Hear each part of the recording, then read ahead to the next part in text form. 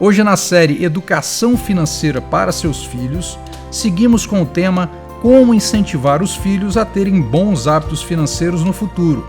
E vamos receber a Isa Minatel, que é pedagoga e psicopedagoga, colunista da Crescer e possui mais de 12 anos de experiência em palestras e treinamentos. É coach e consultora de família e autora dos livros Crianças Sem Limites e Temperamentos Sem Limites. É master em programação neurolinguística e guia Montessori. Fez o TEDx O Mundo sob a Perspectiva da Criança, que já superou a marca de 1 milhão de visualizações e, principalmente, ela é mãe do Petrus. Isa Minatel, prazer em recebê-la. Seja muito bem-vinda.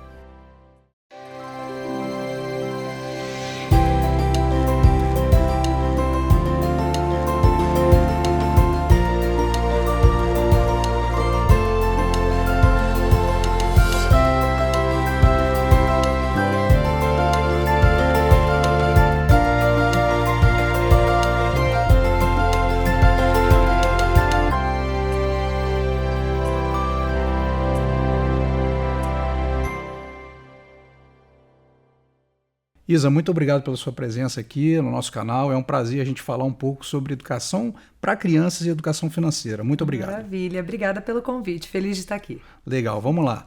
Bom, a gente sempre fala aqui no canal sobre a questão de planejamento financeiro, na parte de finanças, né?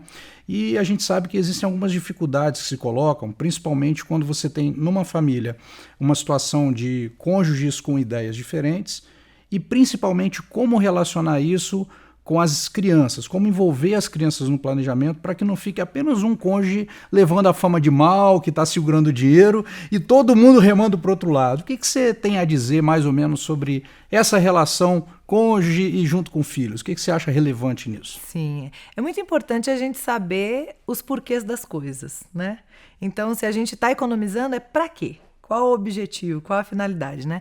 E eu acho que tem uma frase muito bonita que diz assim: quem tem um porquê, enfrenta qualquer como. Né? Então, se a gente tem um porquê, se a gente sabe para que a gente está guardando dinheiro, economizando, apagando a luz ou deixando de fazer alguma coisa em algum momento, deixando de comprar alguma coisa em algum momento, mas porque tem alguma coisa que inclusive me interessa, e aí entram as crianças, tem que interessar a elas também, né? Tem que fazer parte do desejo delas também, claro, né?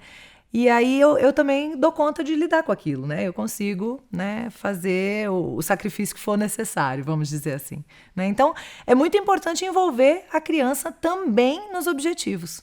O que queremos? Legal. Né? O que queremos? E aí, nesse caso, assim, você consegue alinhar em termos de objetivos. Mas existe uma idade a partir de quando vale a pena você começar a tratar desse tema com a criança, ou não existe, ou isso varia demais? Porque muitas vezes a gente percebe que as pessoas, né, a gente aqui no canal, muitas pessoas falam pra gente assim: poxa, André, mas nós não tivemos educação financeira na infância. E aí a gente sempre lembra de uma grande hipótese de problema nisso, que é a questão do ensino formal, mas muitas vezes a gente não foca no convívio familiar e como que aquilo pode ser introduzido de uma maneira que nem sempre vai ser numérica, na frieza da matemática, mas que vai ser lúdica, talvez.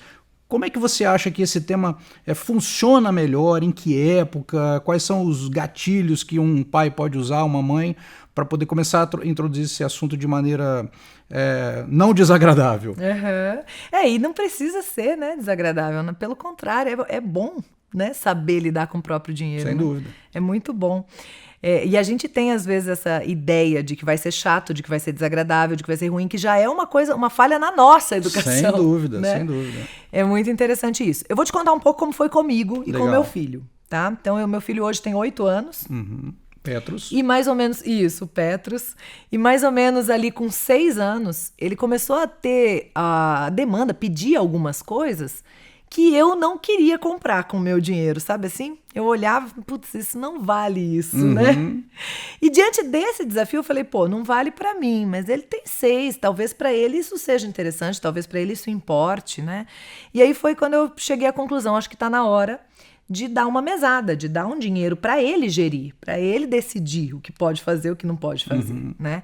E aí conversei com meu marido e começamos então, né? Aí conversei com o meu filho também, falei dessa minha ideia, falei, olha, tem algumas coisas que você tá querendo, que a mamãe acha que não é legal e tal, mas de repente é legal para você e a mamãe não sabe o quanto é legal para você também.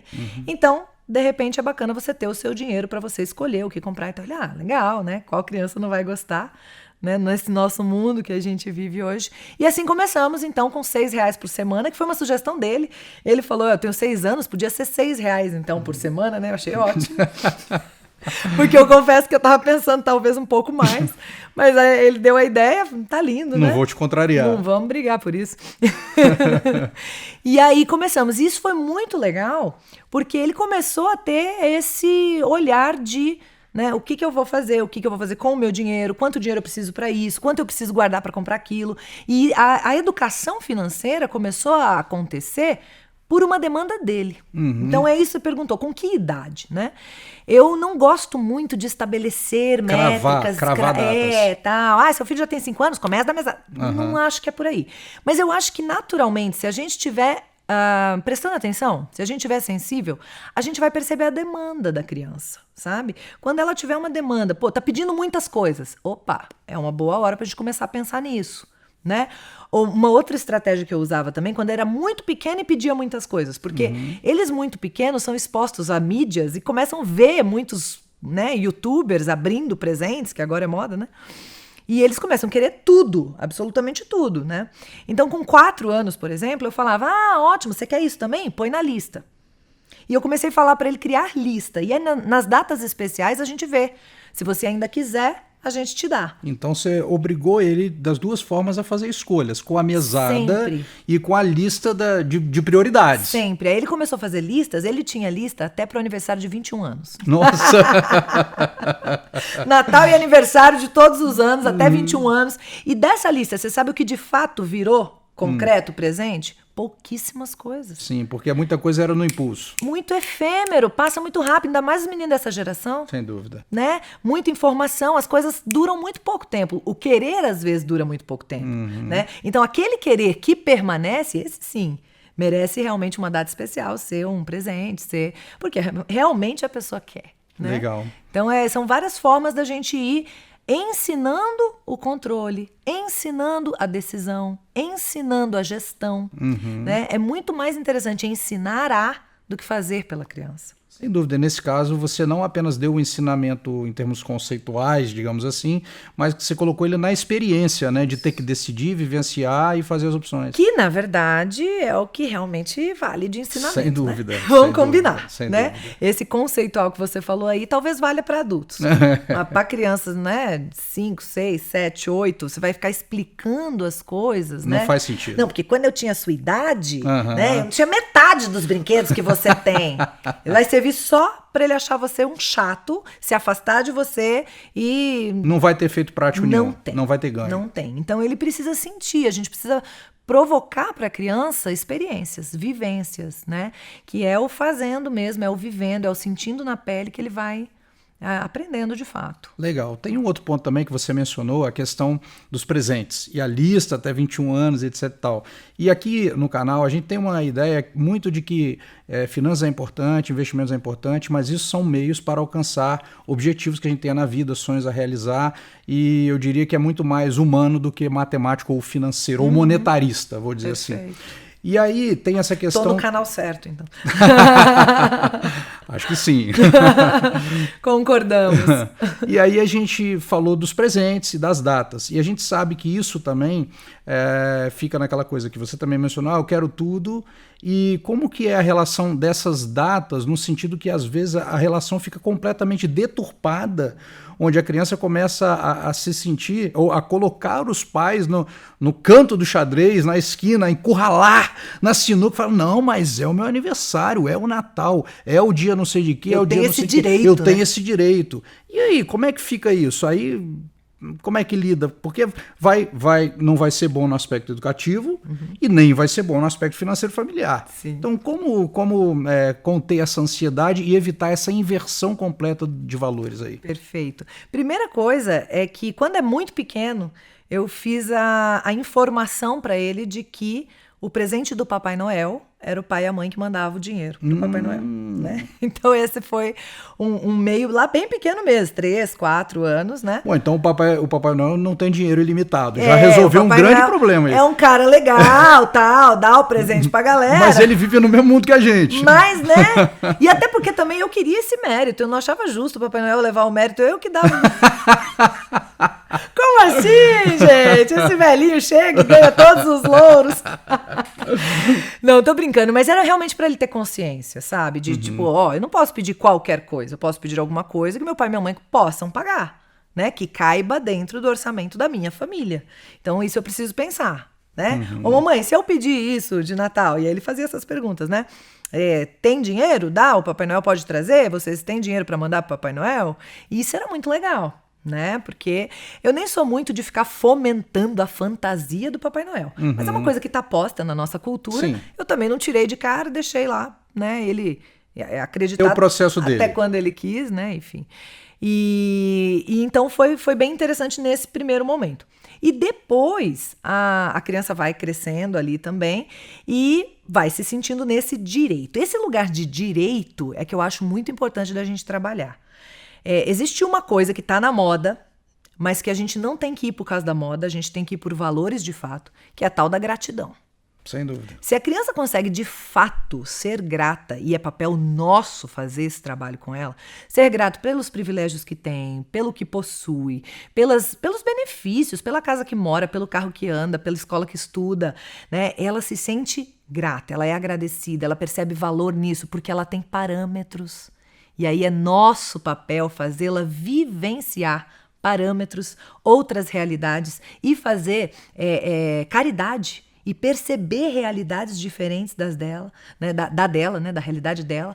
Aí ela começa a entender o quanto ela é privilegiada. E ela, ao invés de se sentir merecedora, ela se sente grata. E aí muda a postura. Claro, Automaticamente a postura muda. Olha, eu me emociono. Eu também. Inclusive a própria relação dela de satisfação e valorização daquele presente é muito maior do que aquela coisa que ela sai ganhando no automático e não reflete sobre aquilo e comprou, gastou, já quer um outro. Perfeito, né? Muda a postura. Inclusive eu questiono muito a nossa sociedade o vínculo de presente com afeto. Ah, porque eu amo, eu vou te dar um presente. Ah, porque eu cheguei de viagem, eu vou te trazer um presente. Eu viajo bastante, né? Para trabalhar. E então, se eu for trazer presente toda vez que eu viajo pelo menos 2, 3 vezes, né? No mês, tem semana que é semana. 2, 3 vezes na semana, né? Mas 2, 3 vezes no mês é um mínimo, né? E, cara, dá vontade de trazer, porque você ficou fora, ele tá com saudade, você tá com saudade, você se sente meio devedor, né? Tô me ausentando. A culpa materna, né? E aí, o que acontece quando você chega de uma viagem e a criança te vê? Quando ela é bem criança, né? O meu ainda tem 8 anos, ainda faz isso, né? Eles brilham os olhinhos assim, mamãe! É uma delícia, eu posso ter ficado uma noite fora, tá? Ele me encontra, é aquela alegria, mamãe voltou. E aí ele corre pra abraçar a gente. Que é outra coisa maravilhosa da vida, que por mim podia durar assim mais tempo até do que dura, que é uma delícia. Se aquela hora, que é o que geralmente acontece, eu tiro um presente e entrego, ele se afasta de mim. E ele sempre vai procurar, cadê o meu embrulho? Ele se afasta de mim e vai ver o presente. E vai abrir o presente, vai ver como o presente funciona, blá, blá, blá, blá. Beleza.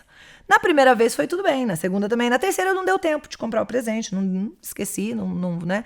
Quando ele chega e fala, mamãe, e dá o abraço, espera o presente não vem, ao invés de ter prazer de me encontrar, ele fica triste porque me encontrou. Porque eu tirei aquele prazer, aquela felicidade, aquele valor genuíno da presença, do encontro, do amor de mãe e filho e passei para fora. Coloquei num objeto, coloquei num material, tornei tangível um negócio que é para ser intangível. Sabe? E aí o clichê, presente é presença. É. Então eu não trago presente quando eu viajo. Pô, Isa, e se você for para os Estados Unidos, né, tiver mais barato, ele não for, você comprar um monte de coisa, vou comprar. Claro. Mas aí eu vou deixar na mala. E eu vou entregar no dia seguinte. E eu vou entregando de vez em quando. Talvez eu não entregue tudo de uma vez. A dosagem do presentear vai ser administrada. Eu vou fazer gestão até nisso, sabe assim? Eu acho que a estratégia é uma coisa muito importante na vida. Inclusive na educação da criança. Porque tudo isso é educação financeira. Sem dúvida. Educação financeira não é só sentar e conversar quanto tem, quanto você quer ganhar, quanto você quer gastar, vamos guardar quanto para viajar nas férias. Isso também é. Claro. Mas não é só. É como a criança se relaciona com o dinheiro, com o material. Com as pessoas. Com as pessoas. É muito legal. Achei muito legal também que você colocou a questão dos parâmetros, né? Que acabam sendo a pedra fundamental, talvez, ali, de todo o restante da relação, né? A base, a estrutura do negócio. Não só financeira, né?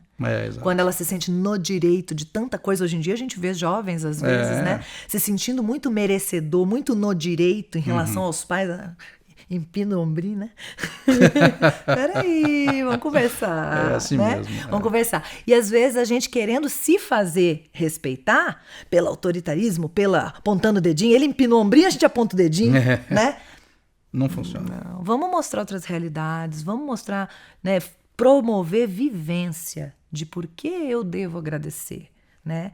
Caraca, aí você vê o outro passando fome, você vê o outro que precisa, você vê o outro que não tem... Né? É verdade. E eu aproveito cada oportunidade que eu tenho para contar pro meu filho como a gente é privilegiado. A gente não é rico. A gente não é, sabe? Mas é.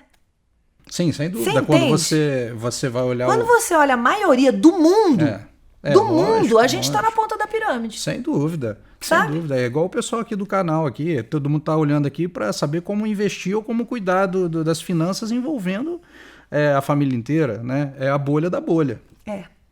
Sabe? Fato. Então, assim, eles têm que ter noção disso, porque você não valoriza. Mas como é que ele vai valorizar? Ele acha que o mundo é assim. É verdade. Um exemplo besta, e não é nem de finanças. Eu falei assim pra ele, ai, é tão bom, né? Você é meu filho e é meu melhor amigo, isso é tão gostoso, né? Ele falou, você é minha mãe e minha melhor amiga, eu também adoro. Eu falei, e eu também tenho esse privilégio. A minha mãe também é uma grande amiga, uma melhor amiga minha. Ele falou assim, mas não são todas? Aí eu fiquei me dando conta, né?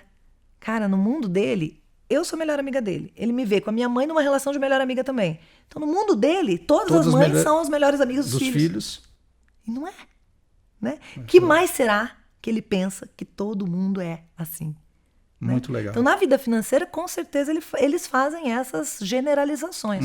Todo mundo tem, isso é caro, isso é barato. E isso também é outra coisa muito legal. Ele me ouviu falando outro dia sobre a gente queria se associar a um clube. E aí a gente viu um clube que era uma exorbitância e outro que era possível, que cabia na nossa vida. E aí ele sabia o valor da exorbitância. Então ele chegou para mim num dado momento e falou, mamãe, quanto custa o outro clube? Eu falei, por que você quer saber isso? Ele, não, porque eu quero saber o quanto que é o barato. Porque o caro eu sei.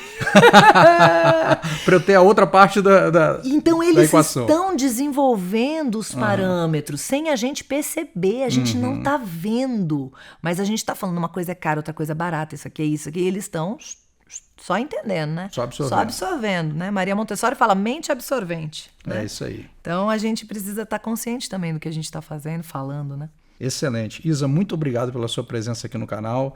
A gente vai encerrando o vídeo. Você fica à vontade para convidar as pessoas que gostaram desse nosso papo de acompanhar o seu trabalho. Como é que elas fazem? Bacana. Tem o canal também, né? youtube.com/Isa Minatel. Isa com S. Minatel, como se fala mesmo? Minatel, L no final.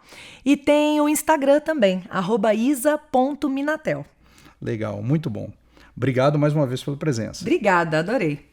Pessoal, então é isso. A gente se encontra no próximo vídeo. Um grande abraço. Tchau, tchau.